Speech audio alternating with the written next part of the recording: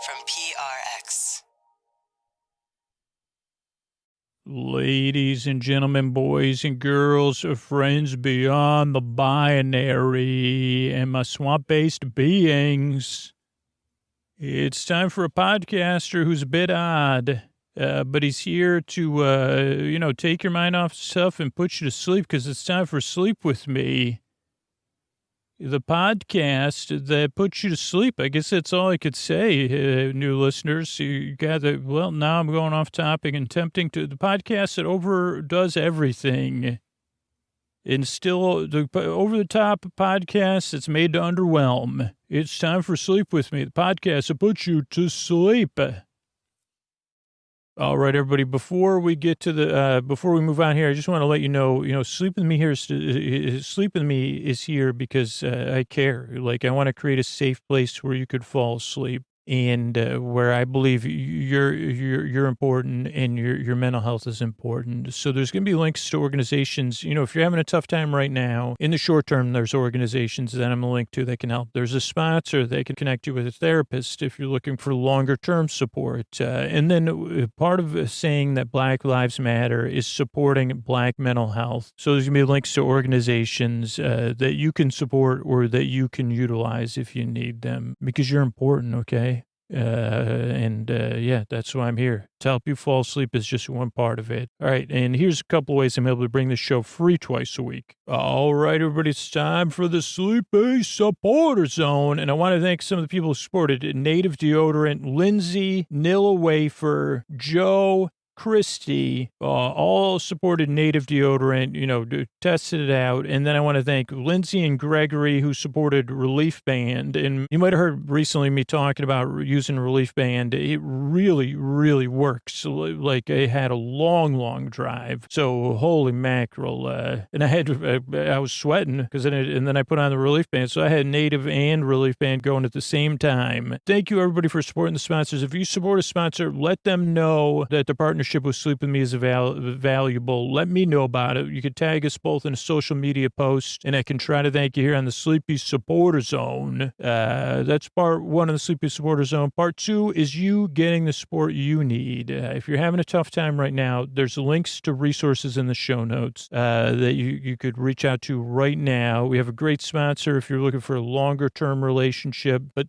Sleep With Me is here to encourage you to take care of yourself, to practice self-care, because your mental health is important. And the third part of Sleepy Supporter Zone goes to the mental health of our community, to the community of listeners, to the communities we live in. We've seen what happens when we don't take care of one another and we don't make mental health a priority. And right now, when you say Black Lives Matter, you have to say that Black mental health matters, and it has to be made a priority. So there's going to be links to organizations, a list of organizations that I support and that you can support, whether you need resources or you have extra resources and you could support one of these organizations. You could use the links right in your podcast app of choice. And that is the end of the Sleepy Supporter Zone, which is now over. Oh, Mystery Bard, a lot of people help out on this show, including you. Who are they? Posty poster son sounds like an earful. Wrote the theme song. Edits episodes. Carl W. the legend. Also edits episodes. Kenny, Scotty, Jennifer, and Ashley.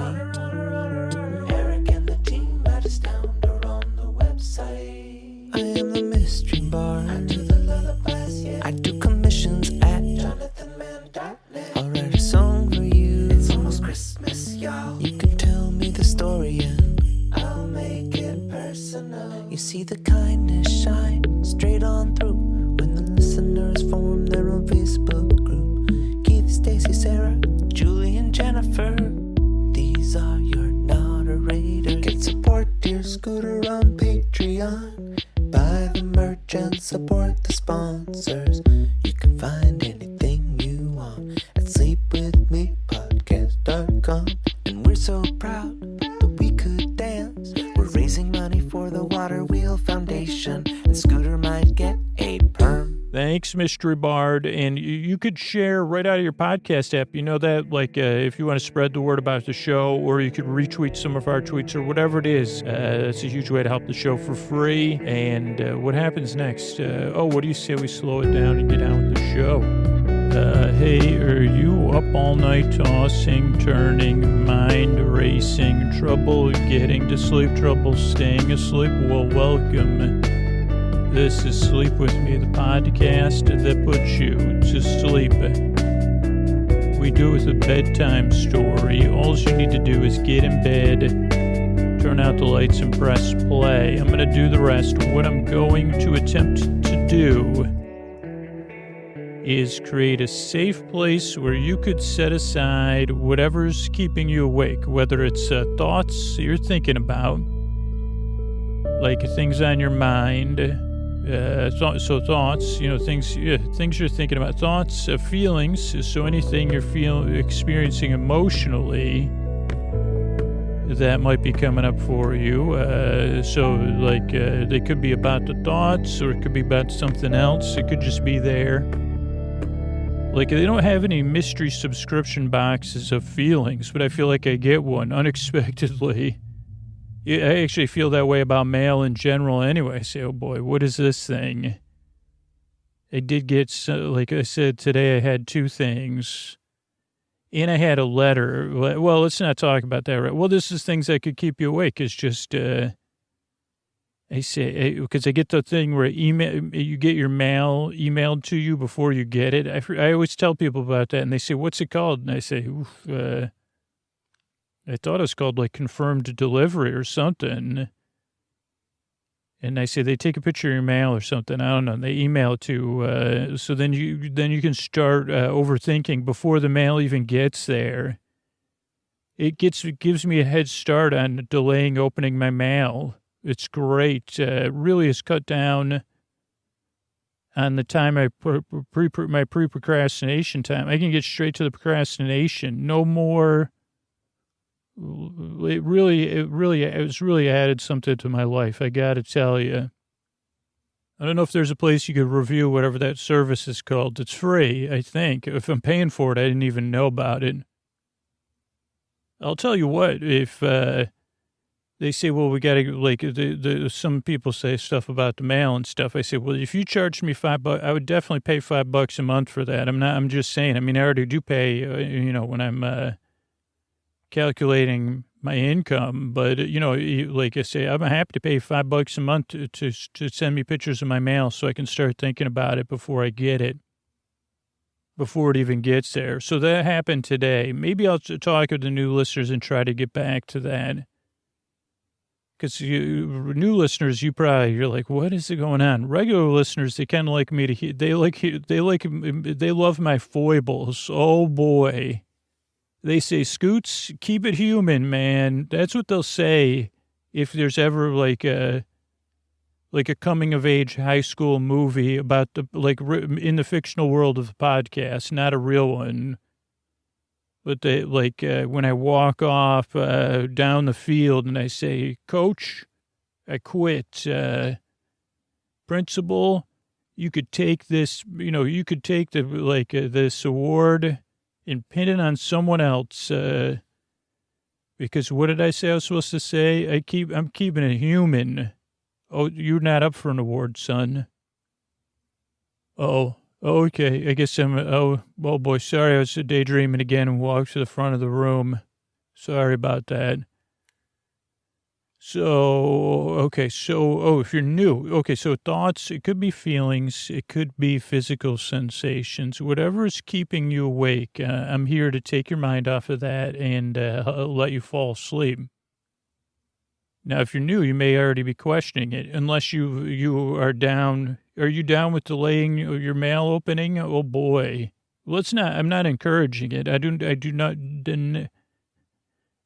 want to glamorize my behavior, my avoidance behaviors. But I do want to normalize them for you, because they say that's what one of the important things a podcast serves. Okay, but so thoughts, feelings, physical sensations, could be something else keeping you awake, but whatever it is, what I propose to do is create a safe place. I got room here, I'm smoothing it, I'm patting it down, I'm opening it, I got cross breezes.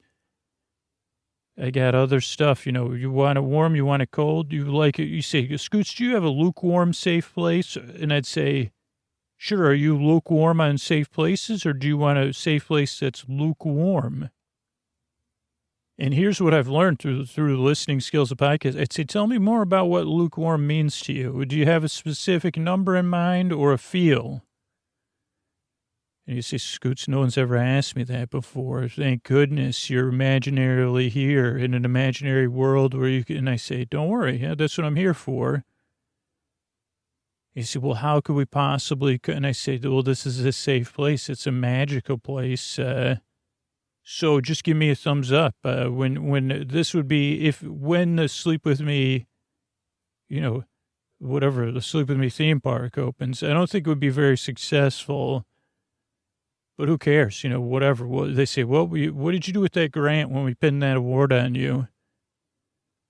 Well, I reopened an abandoned theme park that then it never became abandoned, but it did shut back down.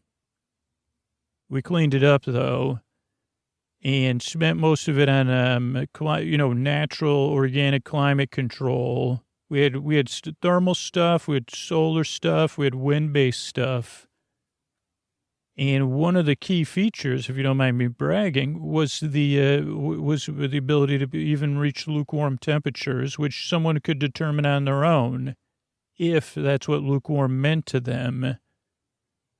Someone else might have wanted a temp. They say, I like my safe place tepid. I say, no problem. Just give me a thumbs up when we're at the right temperature. And if it changes, we'll be, if you want us to monitor, we could just come and check in every once in a while, or you could give us a buzz. Or you could just call out and say, a little cooler. This is no longer lukewarm. And I'd say, got it. So I'm going to try to create a safe place where you could set aside whatever's keeping you awake. One way is just to go off topic and keep talking. And what I do is I send my voice across the deep, dark night. I use lulling, soothing, creaky, dulcet tones, pointless meanders, superfluous tangents. So, I'll go off topic, I'll keep talking, I'll jump around. You've already kind of seen that. And if you're new, there's a lot of important things I want you to know. And the first thing is, it's okay to come to the show and not like it and not be sure if you like it and be skeptical or have a frowny face. And I'm not, I'm legitimately saying that. Because that's a natural way to come to a sleep podcast. You say, I'm skeptical, or I don't know. What are these creaky, dulcet tones in my ears? I feel tepid. And I'd say, very good. That's good. That's a good way to approach everything. Or at least that's that's the way I do it. So I'm familiar. And yeah, this show's very different. So let me give you some information beyond that. Your experience with the show is okay. And that is, I'd like to meet you where you are and not try to change your mind. Actually, you could change it. You can just see how it goes. And that's the first piece of recommendation that just comes from the listeners. Give this show a few tries. And if you kind of decide that now, then it'll be easier to it'll be easier to leave later, or you'll just keep listening. You say, okay, yeah, I'm going to just give this show 3 tries. And then after that, I'm out. And either you'll be out of sleep or you'll be moving on. There's other sleep podcasts, Sleep Whispers, Miette, Sleep Cove, Sleepy, Get Sleepy. There's probably, some Empty Bowl. There's so many more. And there's other, so it's not a big deal for me to win you over. I just hope I can help you. So that's one. And a couple of reasons why the show feels different and people don't necessarily like it right away. One, it's not really a podcast you listen to. As you've already seen on what I was talking about that I already forgot about before, because wasn't I talking about something before I started talking about a safe place? And I don't even have any idea. I'm not kidding either. I don't have any idea what that was. I said, well, I'll try to get back to that. Did it have to do with grade school? I don't know. But so, this is a podcast. Obviously, you say, wait a second, he doesn't even remember what he was talking about because he's got so much gobbledygook in his brain. I say, yeah, you got that right. So whatever it is that's keeping you, Yeah, you don't really listen to me. You only kind of just like I talk about a lot of times. You say, Scoots. Oh boy, lukewarm theme park, huh? That's interesting. Okay. So that's kind of one way to approach it. Don't listen to me. The other thing is I don't really put you to sleep. I more keep you company as you fall asleep. So kind of just see how it goes. I'm just, I was talking about mail. I just remembered. Okay, so hopefully I'll remember to talk about that more. Avoiding mail. That was one of the sequels to You Got Mail. I said, I don't want mail. It was like, I was supposed to be Billy Crystal's son in the movie. They said, well, that doesn't work. And I said, well, I'm making it up. It's called I Don't Want Mail. And my dad has become, and my mom, I don't know how, believe it or not, I've never seen that movie. And I think Tom Hanks was in it and not Billy Crystal. My brain got I had too much Meg Ryan free association going on. What's my favorite Meg Ryan movie? I think it's Presidio, if Meg Ryan's in that movie. But I can't be sure of anything. I can't be sure of anything other than I have to get back to these new listeners. So the Spycast doesn't really put you to sleep. It's more here while you. Maybe Top Gum. That's not a Meg Ryan movie. She's in that film. So no, I'd say, I don't know. Mark Harmon wasn't Mark Harmon in Presidio? I don't know. That's not my favorite Mark Harmon movie, though. It's Summer School. I think I've seen Summer School. I think I've seen Presidio, too. Those are old 80s movies, so don't worry about it. Probably very problematic films. And neither one I've seen. I shouldn't be bringing them up because I don't think I've seen either one in 20 or 30 years. Okay, so sorry about that, kids. The Spycast won't really put you to sleep. It keeps you company while you drift off. That's why the shows are about an hour, to give you plenty of time. And then if you can't sleep, I'll be here for you. Or if you wake up, I'm here for you. Like I said at the beginning, I underwhelm. That's what I do. So if you need some underwhelming in the middle of the night or during the day or the whole night because you can't sleep, I'm here. That's my job and that's my honor. Whether you're not listening to me asleep or you're barely listening to me while you're awake or you're actually listening, those of you that actually listen, you know I'm here for you and I care. So that's one thing. Then the other thing that throws new listeners way off, even some longtime listeners, which I see haven't even listened to the show for 3 years because we really haven't changed it very much. But so show starts off with a greeting. Ladies and gentlemen, boys and girls, friends beyond the binary, and swamp-based beings in this case because of the type of episode. So that's so you know you're welcome here. Then there's business. And actually, the front business of the show isn't that long. There's business and resources. So that takes up a few minutes. Usually we talk about Helix, we talk about the Patreon, we talk about resources. Then there's an intro. The intro goes from 6 or 8 minutes into the show to 20 or 22 minutes.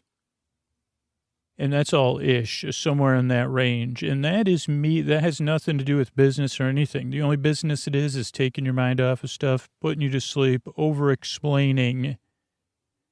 And then, sometimes stuff comes up like my mail and the ability technology has given me to pre-procrastinate, to pre-procrastinate opening my mail. So hopefully I'll get back to that. Don't worry, regular listeners. So that's the intro, but that could still throw new listeners off. I get a lot of strong emails about the intro because I think a lot of people just think it's an ad, which they say, oh, have you I guess I can't ask if you've listened to it if the purpose is not to listen to it. But the real purpose of the intro, the reason, because I could, and this was proposed to me multiple times in the first few years, just reuse the same intro. And I'd say, no, that's not how brain bots work. They adjust and they adapt. Those things that keep us awake at night, they're constantly evolving, in my opinion. or at least mine are, alongside technology. They say you can open, that literally happened to me with this mail example. But so the reason the intros are different every time is so you get something different but familiar every time. But also because the regular listeners, they use this as part of their ease into bedtime. Like this Sleep With Me podcast is not a, you get into bed, I'm going to count down from 30 and you're going to be asleep. And that may work in other places or with other shows. It doesn't work here. This is more of a companionship show. A companion you just got to barely pay attention to. And so the intro, you could start it like as you're getting ready for bed or as you're in bed or wherever you are. And it gives you some distance from the day and starts to take your mind off of stuff. And then I lose your attention. So that's the intro. Then there's business between the intro and the story. That's the important business. And you can always find it in our show notes or on our website because that's like where the meat of the podcast, it's just how the podcast structure works. So there's the business there. Then there's our story. Tonight it'll be a wrap up of our episodically modular series, kind of like a making of our series Otter Things. And then there's the thank yous at the end. So that's the structure of the show. And to kind of go along with the other stuff, the reason I make the show is because I've been there tossing and turning, mind racing, trouble getting to sleep. And I care. I know how it feels in the deep, dark night. And if I can help you, give you some companionship, be your boar friend, your boar bae, your boar bud, your boar bestie, your boar bruh, your boar sib, your boar cuz, I don't know, your boar buddy. Did I say boar bud? Yeah, any of those things, and I can help. That's great. It really gives meaning to my life. But more so is the fact that you deserve a good night's sleep. You deserve a place where you can rest. And if you get that rest, if I can provide it or someone else can, that's really a good thing for you to be able to be more rested tomorrow. Because I know how it feels not rested. And I know what my world's like and what it's like when I encounter other people and try to get stuff done. So if you're rested, the world's going to be a better place. That's true. That is actually true, those things. You deserve a good night's sleep. And the better your life is, the better our world is. The more you can flourish, the more the world can flourish. I mean, if there's simply a philosophy driving that show, that's pretty much it. I mean, mostly I know how it feels, though, because... So this mail thing, and this is what I'll wrap up with, because like I say, well, I know how it feels. So I have a thing where it emails me my mail before it comes. And there was a strange confluence. This always happens. I had procrastinated on getting 2 things in my apartment fixed. Well, one thing, then something else broke. Believe it or not, I haven't even told about 2 other things broke on top of that, but not major things. And I kept procrastinating, and finally the second thing happened, and I said, "Oh, I got to get this fixed because this water's coming out of it." So I put in a work order, literally within, I'm not even kidding, within moments. Then I got my mail, and it was an official letter coming from my landlord, like a picture of my mail coming tomorrow, which was impossible related to the work order. And instead of, being open-minded, I said, well, that's not good. Oh boy, that's really not good. It's instead of, I just don't have that ability yet. I'm trying to develop to be like, well, it could be anything. And I did say, couldn't it be anything? I said, nope, not for you, buddy. Should have never put that work order in. Talk about the last nail and the old COFF to the I to the, that letter before M. It comes after him, though. Anyway, and I didn't really have the ability. So then I was like, well, and then I said, what time's I don't want to open I don't want to know what's in that letter. Who knows what it could be? Not 10 into the year, whatever the opposite of that is, even though none of this is true. There's no anything factually say, well, you're pretty quiet. You mind your own business. Your biggest flaw could be not getting stuff fixed on time. And this letter came out before and it ended up, it was totally nothing. It was hey, this is a policy about this thing. And it was to all the tenants, all the properties that they own and manage.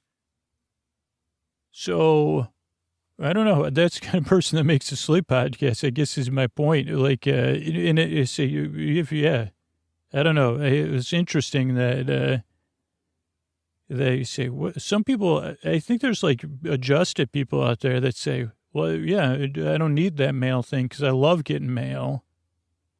And I'd say, really? You don't have multiple, do you have multiple stacks of mail or just one big stack? Or do you vacillate between them? Stacks of mail. I get to my mail as soon as I open it up. I say, oh boy, you betcha. Wow. Well, I make sleep podcasts, so that's not what happens for me, but that's great for you. So I'm glad you're here. That's the main message. I really hope I really yearn and strive, and I really hope I can help you fall asleep. I appreciate you coming by. And give the show a few tries, like most listeners say. And here's a couple of ways for you regular listeners I'm able to bring this podcast twice a week. Hey, everybody, it's Scoots here, and I'm here to talk about therapy. I work with a licensed professional therapist on a regular basis, and it has been so beneficial in my life. And if you're out there thinking about it, you know, you're dealing with something, you're feeling overwhelmed, maybe it's anxiety, maybe you just want to make some changes in your life, and you want to have someone there to listen and to help you with issues. A professional therapist is an amazing, for me, life-changing resource. So whatever it is, anxiety, grief, depression, relationships, sleep, anything you're dealing with, a licensed professional therapist can help. And with BetterHelp, all you do is simply fill out a questionnaire to help assess your basic needs, and then you get matched with your counselor in under 48 hours. From there, you could easily schedule secure video or phone sessions, plus exchange unlimited messages to communicate with your therapist at your convenience. And everything you share is confidential. If for any reason you're unhappy with your counselor, you can request a new one at any time at no additional charge. So you can find someone you feel good with, which is just another important part of the process. It's just another safe place for you to find. Join the 1 million plus people who have taken charge of their mental health with the help of an experienced BetterHelp counselor. BetterHelp is an affordable option for our listeners, and get 10% off your first month with the discount code SLEEPWITHME. That's one word, SLEEPWITHME. Get started today at BetterHelp.com. That's BetterHelp.com/sleepwithme. Talk to a therapist online and get help. BetterHelp.com/sleepwithme for 10% off your first month. Thanks, everybody. All right, everybody. There's never been a sponsorship read. The sponsor have been more excited to talk about in the moment than me talking about Relief Band tonight. Yesterday, I had a 9-hour drive from Central Oregon back home, and I got to experience the benefits of Relief Band firsthand. So I can't be more excited to talk about it, but let me give you the info right up front, because this makes an amazing gift for anyone in your life that experiences nausea. If you go to reliefband.com and use our promo code SLEEP, you'll get 20% off. So Sophia, my daughter, uses a Relief Band proactively. So she was wearing it for the first part of the drive when I was driving, and we switched drivers, and I was working, and you know how it goes when you're on one of these long drives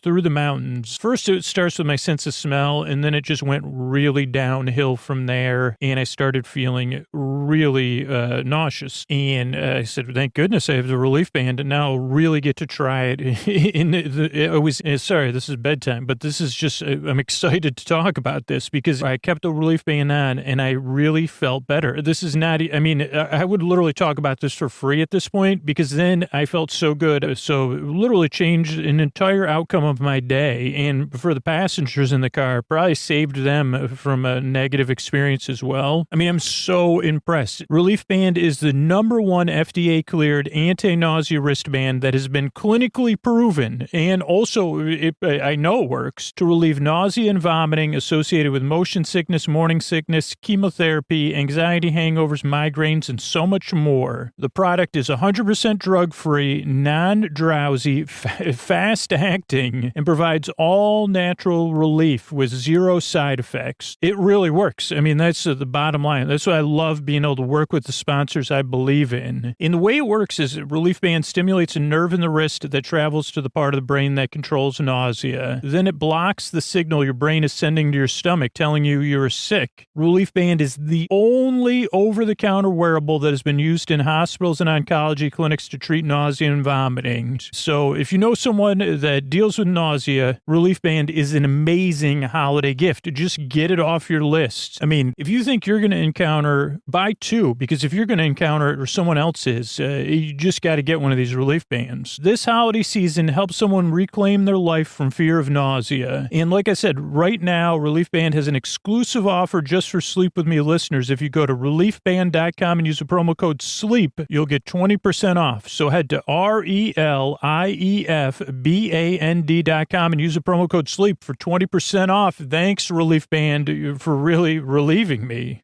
Hey everybody, this is Drew Scooter here, and I'm going to be, tonight we're talking, this is our 14th episode, it'll look back at the creation of Otter things.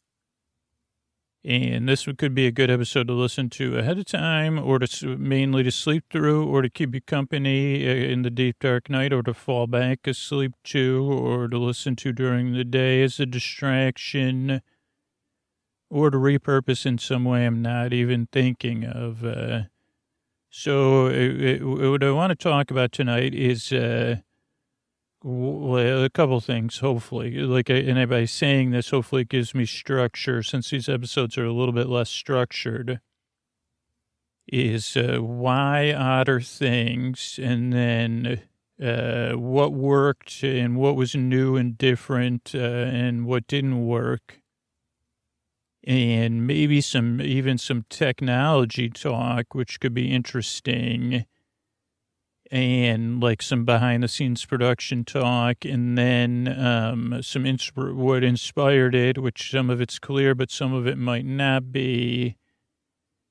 And then if we have time, what's next, which is kind of funny because when we hear about what worked and what didn't work, but so when I'm recording this is like the middle of September 2020, and ideally this episode is coming out like about 2 months or a little bit more than 2 months after I recorded it.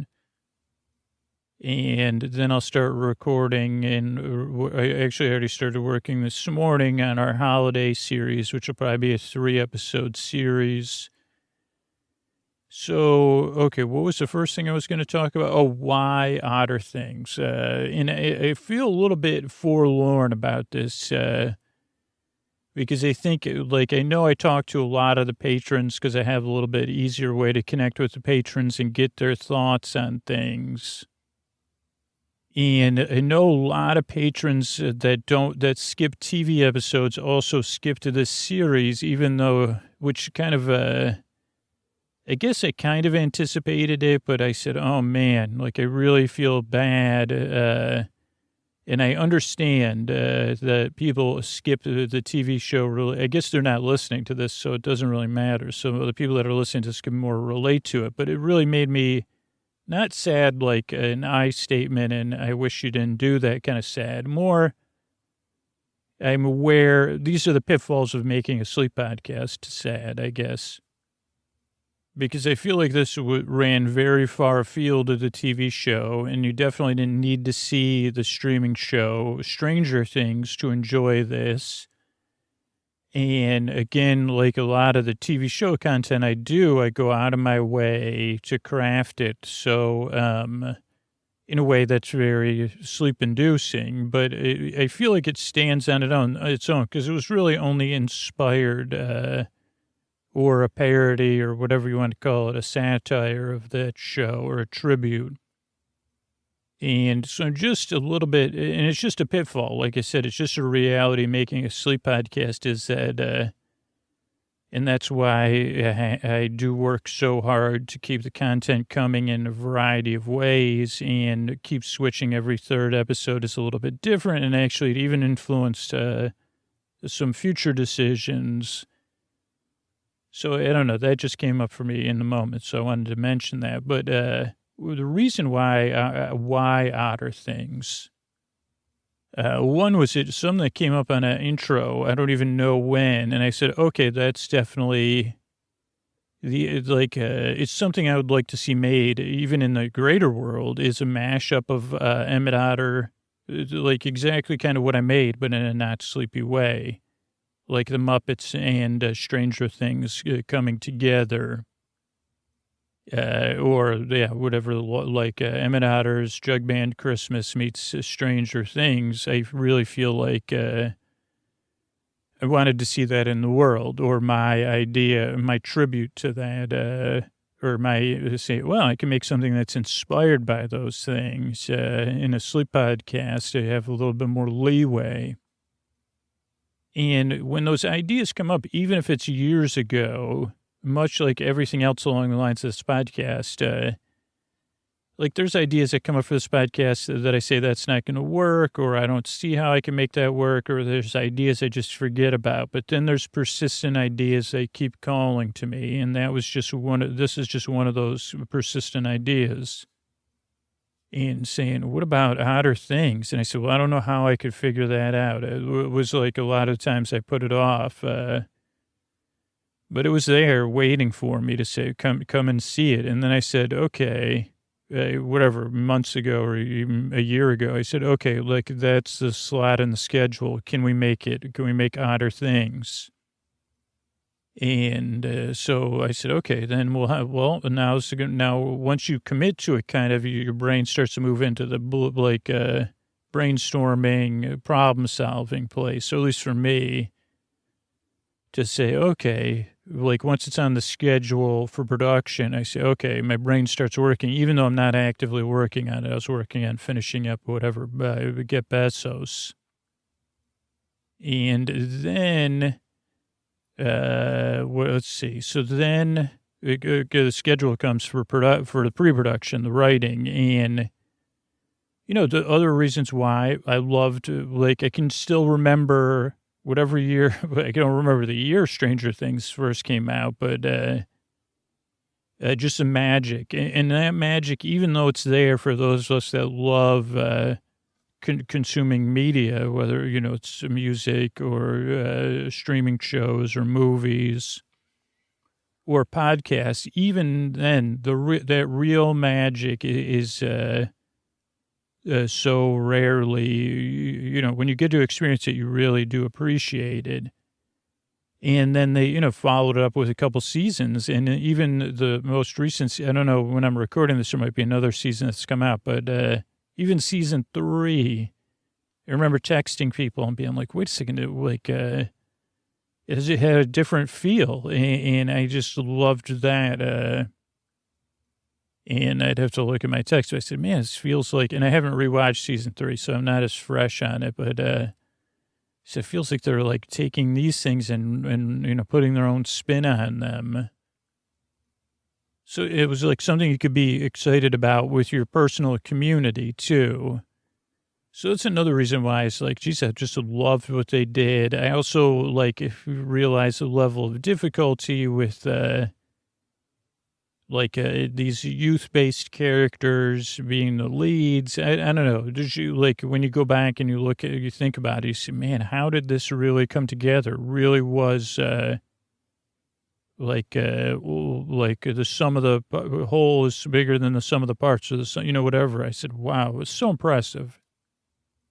So that's another reason why. And then I said, I guess it's like a challenge, like very similar to other stuff I've done where it's like, well, why not then? Like, why can't we mash up and see what happens if we combine these two ideas? Like, what would happen? I'm trying to think of any other whys. I don't know. I just said, well, that'll be interesting. And it's very, for me, visual, even though, like, when I'm talking about it, it kind of feels more blurry. It's like, okay, this is something I can kind of see. Maybe not as I don't know, it'd be interesting to see it with Muppets, but it could be like some other way, but I don't know. But so, I don't know. So those are a couple of reasons why not, I guess, and to say, okay. And then I just felt like, again, it would offer this challenge. And then this kind of goes to the pitfalls even more of like, okay, we've done Breaking Bad. We've done Game of Thrones. We've done Doctor Who, which all have their different archetypal challenges to get kind of still to this extra hurdle of making it sleepy. And so that kind of was like a challenge for me. I said, wait a second, how much is this going to make people resistant to listening? And I think statistically, I haven't looked at the statistics recently, but I'm pretty sure that they're performing at or above like where they're supposed to be. So they're not, the episodes are definitely not underperforming, and a few of them may have overperformed. And that says a lot for Sleep With Me, because Sleep With Me episodes are very consistent as far as like how many times they get downloaded, how many times they get listened to, the parts of the episodes they listen to. When I say 2% of people skip ahead to the 20 minutes or whatever, that's like, I mean, I could tell you, like, if we looked at 400 episodes, it'd be within a very small range of deviation. Or these aren't statistics I actually know off the top of my head, but like how many people drop off, have their sleep timer set for 45 minutes or 60 minutes. And again, that's all just server data, so it's not like your personal device. Or maybe no, and I guess it's like, I don't know, it comes through the anonymized through your podcast app of Apple Podcasts or Spotify, or I think those are the only two that show us kind of that consumption data, which is very important for me because I say, oh, okay, wait a second, do I need to change something, or is everything performing how it normally is? And if you don't want that stuff, just use an app like Overcast. That's like more, just, you know, and make sure you pay for it. If you want to have more of like pay for Overcast or pay for another podcast app that's paid for. Because you can use Overcast for free, but if you pay for it, then you're supporting it. So let's see. So where was I? Okay, so why Outer Things? We covered that. So some of the hurdles. Yeah, we're making it based on a show that's popular, that people have preconceived notions about or direct experience with, is always interesting with Sleep With Me. So when people have direct experience with something, that's a little bit easier because it kind of is an A-B decision. They say, okay, I've watched Game of Thrones. I don't want to listen to a podcast about it. And then they say, I'll listen to the other 2 episodes that come out every 10 days. Or I watched that show and I'm too much of a fan. I might listen to it during the day, or I'm just not going to listen to it. Very, in this sense, a binary decision, yes or no. When people haven't seen something and they have a preconceived notion about it, for our show, I always think about Star Trek The Next Generation, which unfortunately, a much larger, and I guess it shows the great expanse, I mean, multi-generational, it's The Next Generation, it's a multi-generational show as far as preconceived notions about it, because that's like the only thing that we make that consistently has a big drop-off, and the big drop-off is just because so many people have a preconceived notion about Star Trek. And when I made Doctor Who, I wondered if it would happen with Doctor Who. It didn't. And when we made Strange or Otter Things, it did not have that same effect, meaning that the swath of preconceived notions is just not as wide with those. And it's strange because Star Trek The Next Generation, I don't want to use the word vanilla, but it is probably the most, it's the least, like, it doesn't impact any, like, I have preconceived notions about Doctor Who. So when I say that about Doctor Who, like, I grew up in the 80s, and, like, every once in a while we'd turn on this, like, PBS, and, like, in the middle of the day, I mean, or, like, in the afternoons, like, and there'd be a Doctor Who episode on, and like I wasn't, able to grasp it. And this isn't a criticism of Doctor Who, just my childhood brain. And I'd say, oh my goodness, I don't know how I'm going to process this. And that impacted my own personal consumption. People say, well, I'm a big Whovian. I'd say, oh no, man, that's not for me. Like that mud tunnel or whatever it's traveling, even that makes me, when I see the credits, And I had to like have a direct experience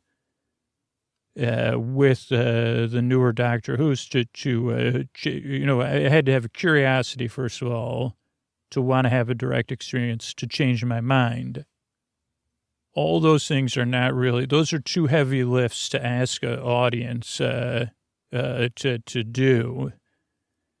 So it's just always like when I make something, I say, well, is this going to be like Star Trek? Now, we haven't given up on Star Trek, and we still do kind of about the same 7 or 8 episodes a year.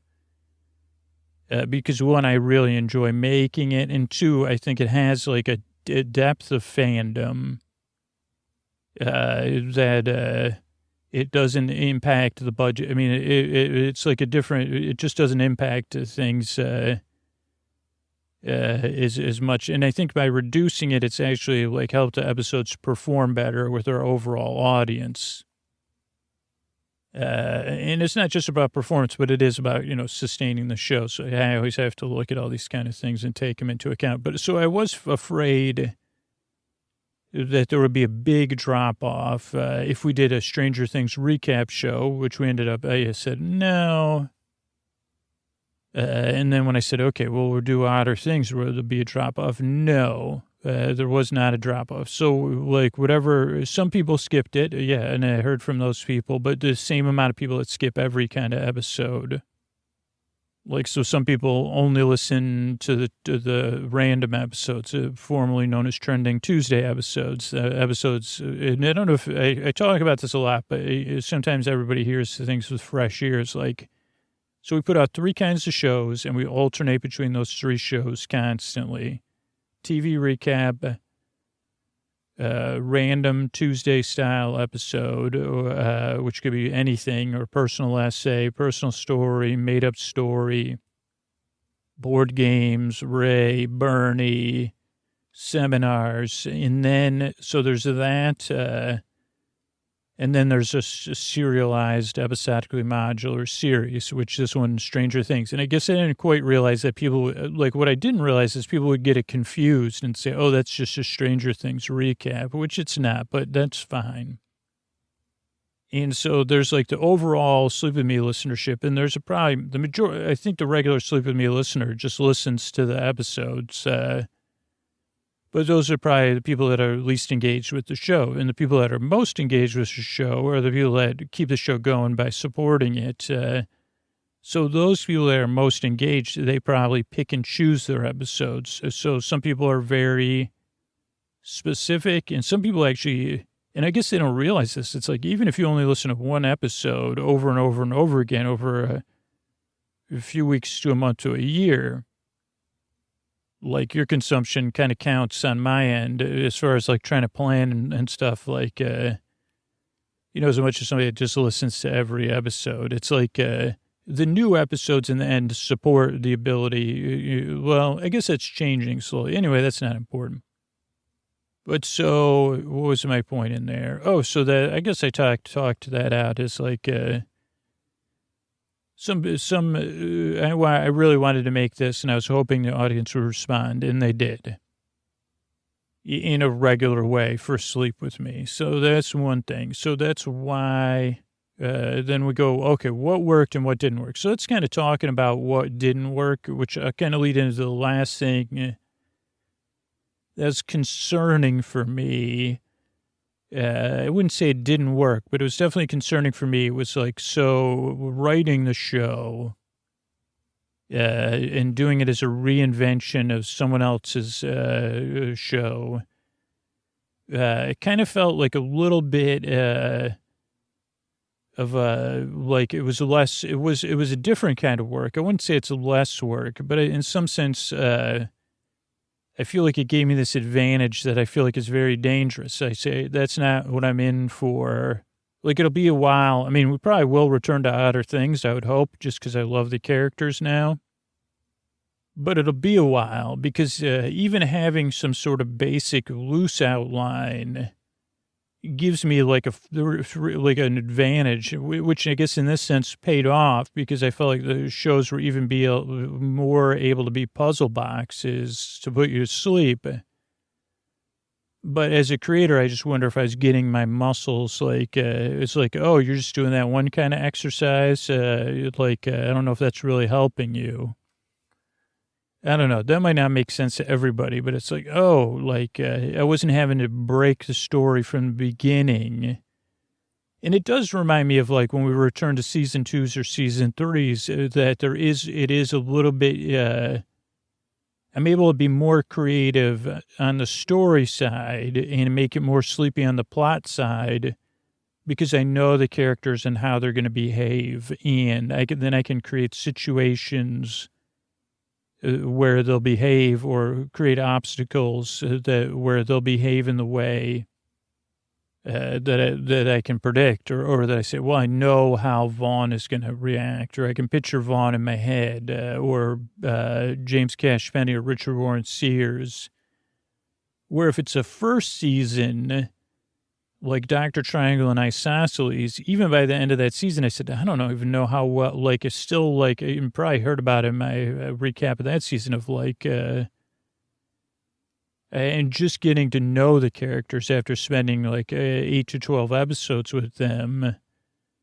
Again, because of the hurried writing process of making constant content. So, I don't know. That's just another thing that I say, oh, okay, well, I don't want to go back to basic. Like, I won't be, like, the next few series, except for this holiday series, because it's going to be a soap opera, so it's based on an archetypal thing. But after that, for 2021... it'll be interesting because 2021 now I have competing ideas, which would both be season 2. Well, one would be a season 2 and one would be in a world of another show, I guess. So we'll see for 2021. Don't ask because I don't have any idea. I mean, probably it's not. It's probably going to be the one that's in a world from another series that we did a while ago. But we'll see. So, I don't know. There's just one thing I said, well, I'm not so comfortable with this because, I don't know. I don't want to say it feels like it was less difficult, but I mean, it gave me more leeway. But like I said, I don't know how many people heard, but we did, for $10 and $20 patrons, we did a series with 12 30-minute episodes that came out as 6-hour-long episodes of the making of Otter things. So I talked a lot about it in there, about, I don't know, that was more about the writing and stuff like that. So it was just like, my surprise at like, when I was planning it, I've been planning down, like, because now we put out about 100 or 90 88 to 100 episodes a year, new episodes. It's like, okay, well, I'm going to try to do series that are 8 to 10 episodes maybe, or 12 on the large size, because like each type of series we do would be like 30, 60, 90. Yeah, so we do 30 scripted series a year, 30 potpourri series a year, and 30 TV recap episodes a year. I mean, it's different because it's on a rotating basis, so it doesn't work out that way. But I do have to plan ahead, so it's like planning like that, and we're always mixing them up. So it's like 8, 16, 24, or 9, 18, whatever. I don't know. So, but then I also have to look at the calendar and not have any gaps in there. So I was trying to figure out with Otter things. I'm like, okay, it's not going to get all the way to Thanksgiving. So what are we going to do in between the conclusion of Otter things and Thanksgiving? But I said, okay, well, we'll figure that out. It'll be okay. And then then it kept getting stretched out to where I was like, holy cow, this is going to actually be like 13 episodes. I can't believe it. And I think that was because, like I said, like because I knew the characters and I had a better idea of them because they were already inspired, that I said, okay, I have a little bit better idea of how they're going to behave so I can create things. So I don't know. I just something I'm like, I don't know if I want to do that again anytime soon. because I really just want to get out of shape of like making stuff. And I don't think I will, because the the holiday series will be one thing. That's just kind of more fun. 3 episodes, I think. I haven't looked at the calendar. And then by the time, let's see, right now we're in September. Yeah, by the time you hear this, I'll probably have this 2021 series, 1 or 2 episodes recorded, I hope. So that's what maybe didn't work or didn't, other things that didn't work. So technology-wise, this was interesting. So I watched episodes of Stranger Things a bunch of times, right, to try to get everything and get an idea and just kind of see how they did stuff. And one of the things is that when you, like, what's his name on the show? Oh, Hopper. He's Chief Hopper, right? He's the chief of police. In Otter things, they don't have a police department. They have a community resource department. It's just a different, they're mammals. They're not humans.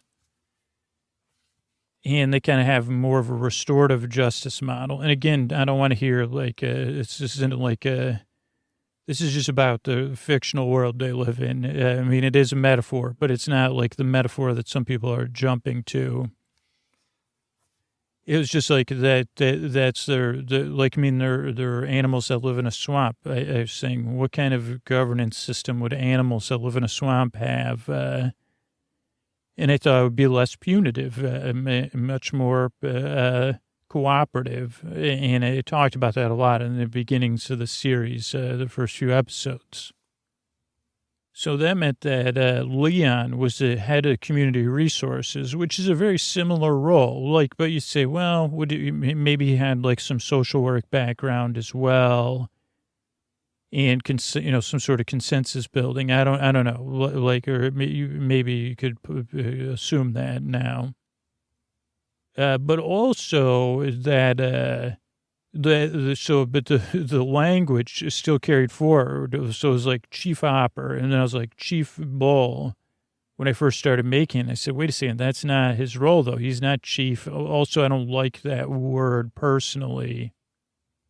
It's just a word I feel like that could be like disrespectful to some listeners and cultures. And I said, wait a second, I like to try to get that word out of my descriptive language, especially for something fictional.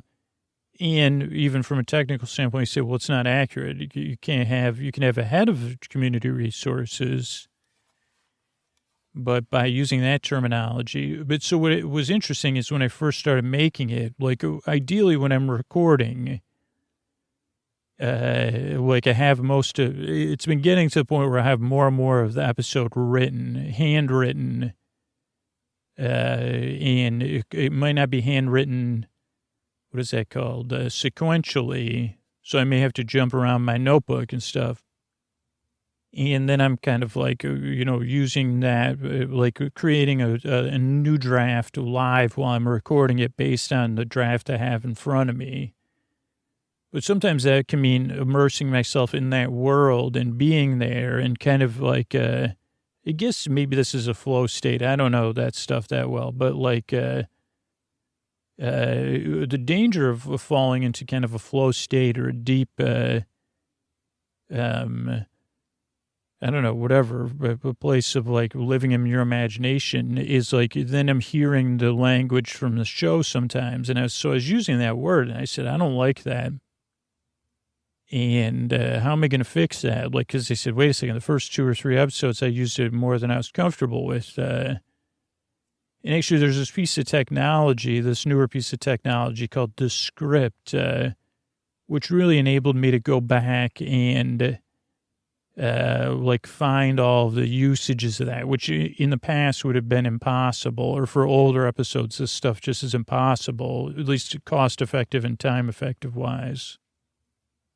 But because I caught it during the production process, I said, okay, let's see if we can just get this word out of the podcast as much as possible because I'm not comfortable with it and I don't like it. And my tech side said, okay, well, we could try this tool out. And it's like just a new kind of podcast audio editing like machine transcription, not the transcriptions we use for our main show. Those are done by Leah, the transcriptionist that works with the show. But so then I was able to like find all that and listen to it and kind of take it out and I don't know. So that's like a time that was cool that what do you call it? Technology enabled me to do that. And I don't know. So that was something I was happy about.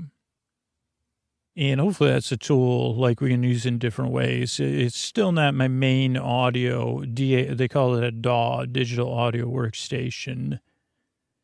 Like I use a different digital like that. And then the editors, like I'm only doing a final edit and a mix and editing. Like I'm not doing the edits to the recordings that Carl and Chris are. What up, Carl and Chris? So I'm not doing the first edit, which is kind of the most time, right, Chris, Carl, whoever's listening, most time consuming and monotonous one. So where was I? Holy moly. Totally lost as usual. So I don't know. I got to use that and play around with it, and it's interesting. And while it won't change the regular workflow for the show, I was trying to mix some Patreon episodes on there, but I don't have a lot of time to train myself either. Okay, so why Otter things? What worked? I guess we kind of talked about, what was I talking about? Descript. Okay, so we used Descript. Oh, that was interesting. What worked? I don't know. What worked with this series? I mean, one, it was like something I really wanted to do. And I really thought it'd be interesting to see what it would be like, how it would transfer over to a world with things. I felt like I really enjoyed it. I felt like there was a lot of love between the characters. And I felt like we had a lot of opportunities to really change, to make it different because, one, we've just learned that trimming down, and again, I have the same problem with the holiday series I'm about to do. It's like having a smaller cast is always a necessity because you say, okay, well, how many stories can we handle here on a sleep podcast? And maybe that's probably why the show ended up being 13 episodes because there was like A, B, and C, and even D stories to kind of follow and tie up, which was a good thing in this case. But again, it's like, okay, so the first person we didn't use was Jonathan. Jonathan and Nancy kind of became one character, which in some sense I liked because then the Jonathan and Nancy character was able to kind of take the best things from them and I guess in some sense and become Dari. And Dari kind of was one of the few, well, I guess a lot of the characters, because it's a sleep podcast, don't have gigantic flaws. But I was able to put them, keep it as a family. And then I was able to give Mike on the show, Emma, to have Tefe, who was very much like Steve, as a brother, which I said that creates a nicer dynamic. Though on the show, Mike and Nancy's relationship's a pretty good dynamic, too. I don't know. I just felt like Emma having to be a sibling with a smooth otter named Tefe was like, I don't know, it just was a dynamic I enjoyed. And thinking about their whole lives together, something, I don't know, I just found it stimulating. So that did work out. And then just kind of like keeping it simple. Okay, so then Frances is their mom. We did have a visit from Lenny, their biological dad. But other than that, like focusing on that threesome of Frances, Dari, and Willow, even though Willow was gone. And then Bull kind of running the community resource department and having that just be having Bull carry most of that role throughout the series without any other players. Then having the friendships of Mike, Lucas, and Dustin as Emma, Vaughn, and LJ, or Elijah. That felt like that worked, and it was fun. And then Billy, I mean, I had to name someone Max Modine. I think that came up in the intro before, too. It's like, anytime I can say, oh, yeah, Maximum Modine. That was like an intro I did once. I don't remember what it was about, but that's how I like my Modine, at maximum. So that was fun. And then the idea of Billy as a platypus, that was a pretty early idea, probably before I started writing. And I guess we didn't get to play that up as much as I would have liked because, I don't know, it just time-wise and reality-wise. And then early on, it was fun to kind of figure out with the first 3 episodes of Stranger Things, like, okay, there's a lot of intensity there that we won't have in a sleep podcast. How do we replicate the stakes in a way that's more sleepy, and the consequences or the fake consequences ends up, and so that was where Willow's music career came and these fake albums. So that was real creatively, those kind of challenges are really fun to say, okay, how are we going to make this? And then it kind of got more and more convoluted, like, because nothing could be straightforward with Sleep With Me.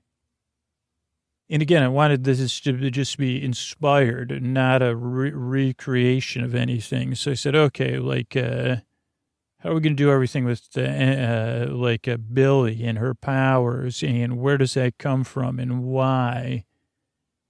And there ended up being some open mysteries, which I like, because I have a better idea of the world they're in. Of like, okay, if we're going to return to this world, there's some other things, like the road in between the swamp and the place beyond the swamp. These ideas that they struggle with of like, are humans real, or are humans just a rumor? Are we descended from humans? Is that what Dr. Max is really worried about? Military industrial ideas. So those are all fun to play with. And then it was like, okay, like the hardest part was like, I guess it was trying to figure out, okay, we know what happens in Stranger Things. And we know that there's kind of these 2 different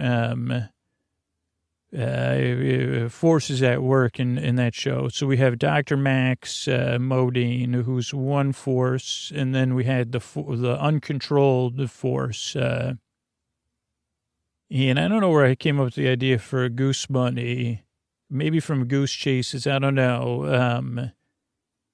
And that kind of felt like the most, I guess, the hardest thing, because you say, okay, now you are in archetypal nighttime things, so really having to be very careful, but at the same time have something that can create a story that's moving.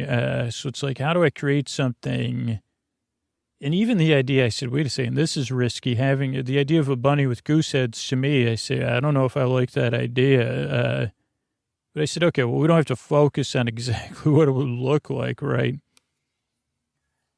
And then, I didn't want to go too deep into the mice and men trope. I just wanted to touch up against it, because I don't want, in my belief system about the story, it's not a one-for-one analogy that the bunny is like Lenny, but I just wanted to touch up against that for anybody that was listening to say, okay, it softens it too. And it's just a reality. The bunny, what can I tell you without ruining everything? But the bunny's not, the bunny's partially operating on instinct. I guess Lenny was too. And so the bunny, and again, the bunny's intention is not to take people from our world into another world, like what happened with Babs, but it's to, the bunny has its own intention, and the bunny's not a villain seeing itself as a hero. The bunny's just doing, the bunny's operating more on instinctual bass role, and it's like a caretaker. And it was accidental, the irony that like it was a bunny that had to touch up against Lenny to kind of say, okay, this is like, there's an innocence here. That's the word I was looking for. But not pure innocence, or whatever. So I don't know. That was interesting. I don't know. That was fun. That was the biggest challenge. And then saying, okay, and then how do we make it our own with Billy's powers? I mean, the songs came up early. I don't know if that was like even before I started writing, that she was going to have song-based powers, and then we could use the hits from 1991. But that made it fun. But also that it wasn't like, again, this is just inspired. So it's like, okay, for her, what can I tell you? Whatever was going on with Dr. Max, Billy was going to, maybe this takes place in what would be known as Florida. I don't know. And so maybe Billy was going to a different place in Florida for some reason. And she was seeing big billboards and stuff for stuff. And then somewhere along there, she came over this, her powers, like connected another rift in the world, or helped to open up a rift between our world and another world. And that kind of the part was inspired by Jeff Vandermeer's Annihilation. And I mean, I guess other books in the series, the Southern Reach trilogy. And I don't know if that was what inspired Stranger Things, but for me, it was like, I guess it is different. Well, no, because it is organic kind of. But it was like, oh, how can I make this my own? And what is interesting to me? And that whole idea, and I know, again, it's different. I think the movie's very different. But how does that idea, one of the main ideas in at least the first, well, it gets called back, I don't know, the idea of towers and organic beings and stuff like that is big in that book. And strange, I don't know, like strange connections between worlds or whatever. So for me, that kind of fit together with I don't know what we were trying to do. And then again, I was like, okay, what about this? They had, how do I create it as a world? I don't know. So that part is definitely more in a sleep podcast realm. It wouldn't work, I don't think, outside of a sleep podcast.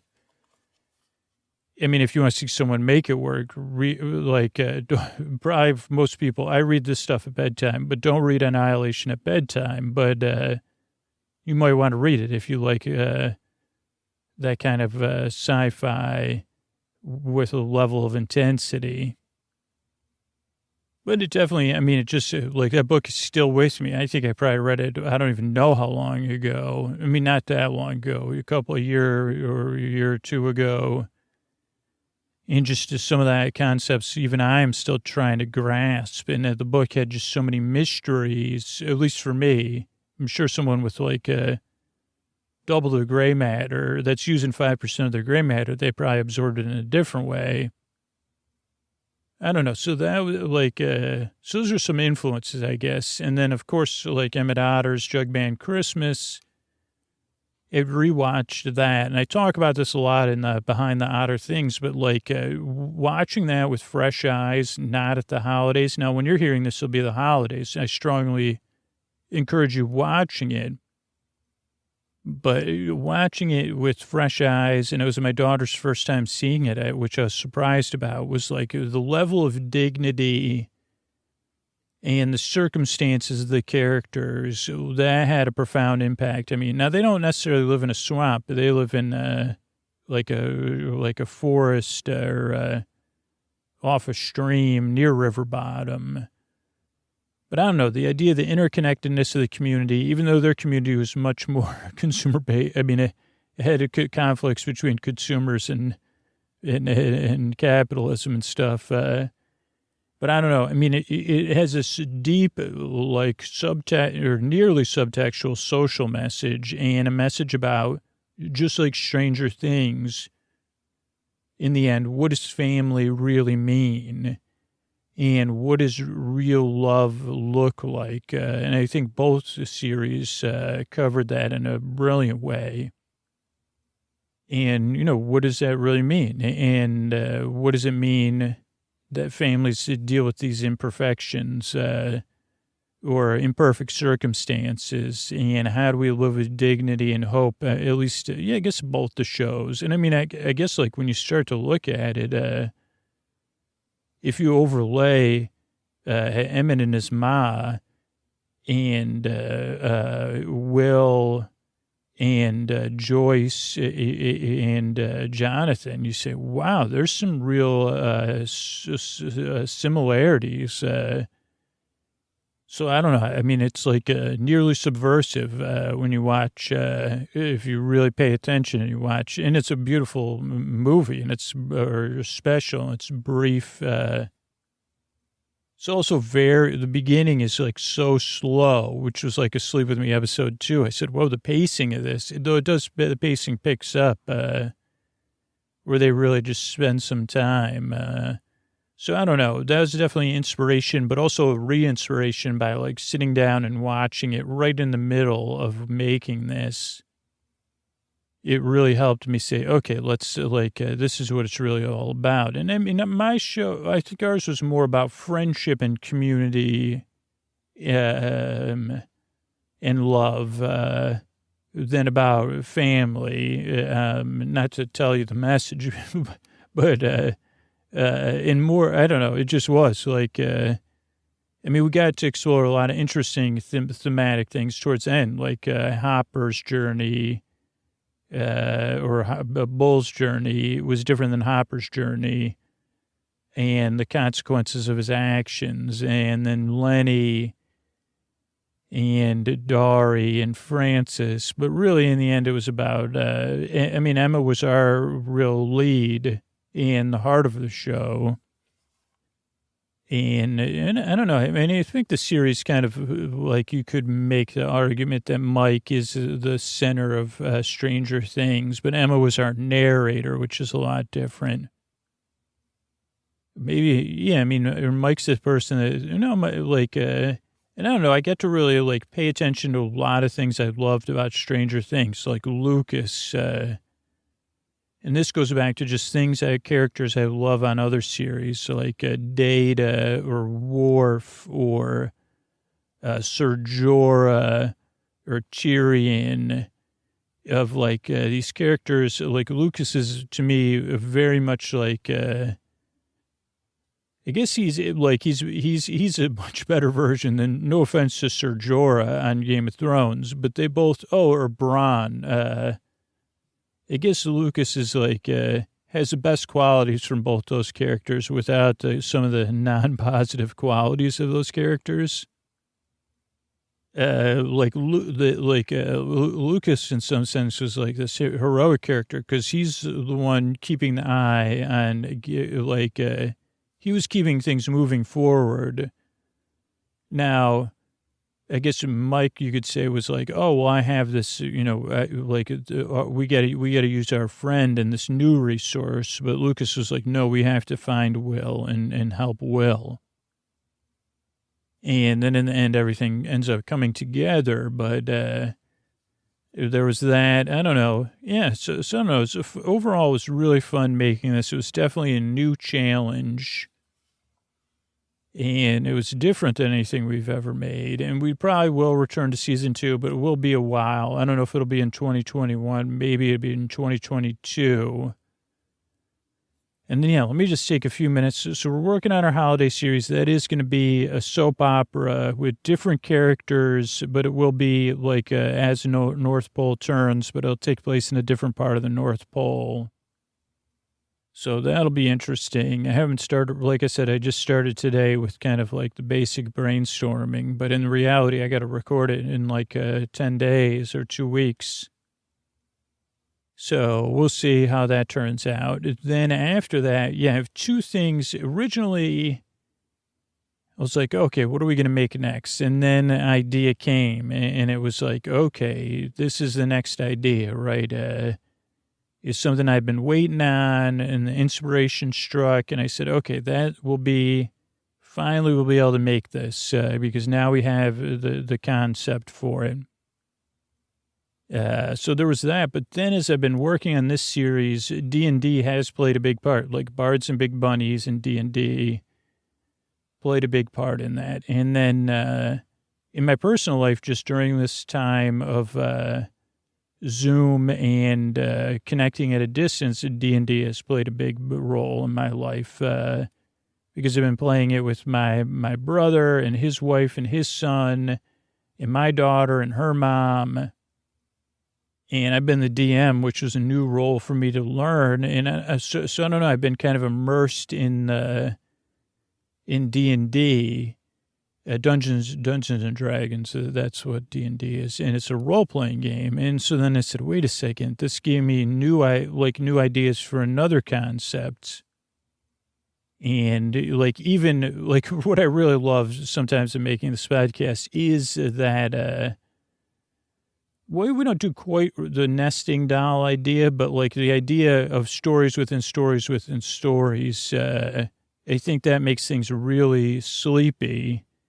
And I said, wait a second, we could do there's a kind of podcast called, I don't know what they're called, Live Play or something, like Adventure Zone's a pretty big, or Harmontown used to play at the end of their shows.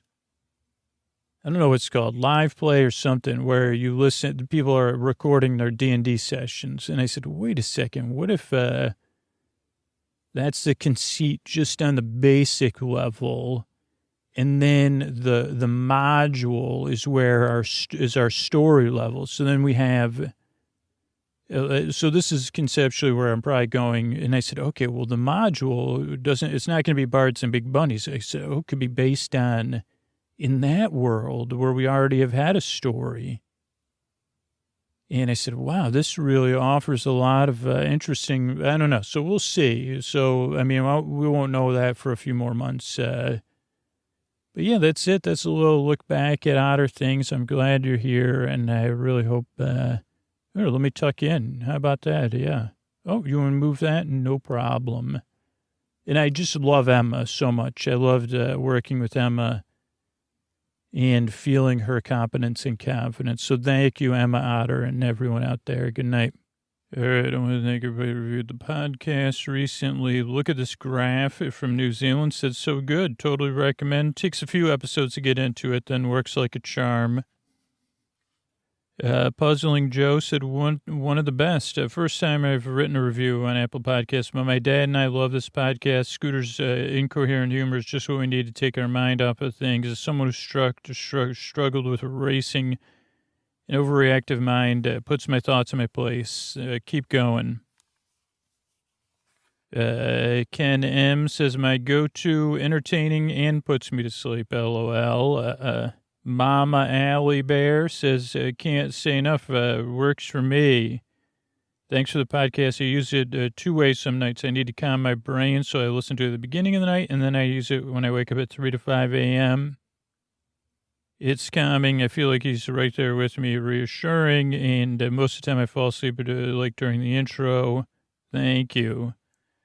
Snore Store from South Africa says sleeping success. At first, I thought I would not be able to fall asleep. I felt like I would have to play it repeatedly, but I did drift to sleep. I don't even remember what the podcast was about or if it ended. When I woke up hours later and decided I needed more sleep, I played the same podcast and still woke up puzzled as to what he said. Extremely effective. Heck Yee from Unicorns, my dude from Canada, says, haha, actually sleeping. Christy with the 3 Ys, 831, says, love everything about it. Improved sleep and never got to the end of the episode, drift off before reaching the end. And love that it supports members of our Black community. SSNWHNN SJ says, I fell right to sleep. Good for everybody. Heart Meglet 82 says, I always fall asleep. Thanks for supporting the Black members of our community. Helps me sleep. Generally, people that side with love, I support. Megan Reed says, kind to your mind. I started listening a few days ago during my first year as a teacher. Days are long and stressful. Even though I love working with children, it's not easy. And at night I wouldn't be able to, a few years ago during my first year as a teacher, I was like, wow, this is your first year as a teacher? Holy cow. But I know there's some first year teachers listening even now, and I really want to send my lulz your way. But yeah, being a teacher can involve a lot of overthinking. It took a few tries to get a hang of listening. In a few weeks, I was falling asleep. Paris says, helps me go to sleep. Only thing that works. They're from Canada. Yeah, I don't like the night, and sleep with me helps me feel safe. The second I hear Scooter's voice, I feel relaxed. Boxers in Boston says, thanks for the hard work. I love everything about this. And Kelly says, about to go to sleep. I'm not even sure how I fell asleep before this podcast. Usually listen to 25 minutes. Definitely give it a couple of listens, though. So that's everybody who reviewed the show recently. I could check the other apps. But yeah, Sleep With Me, it's a free way to support the show. Is just spread the word or let other people know about it. It's a huge help. We're able to be a free podcast because people support our sponsors or support us on Patreon. And we grow as a podcast because of you and people like you just spreading the word. So if you let one person know about the podcast, show them how to listen, be a gigantic help. I'd appreciate it. Thanks so much and good night.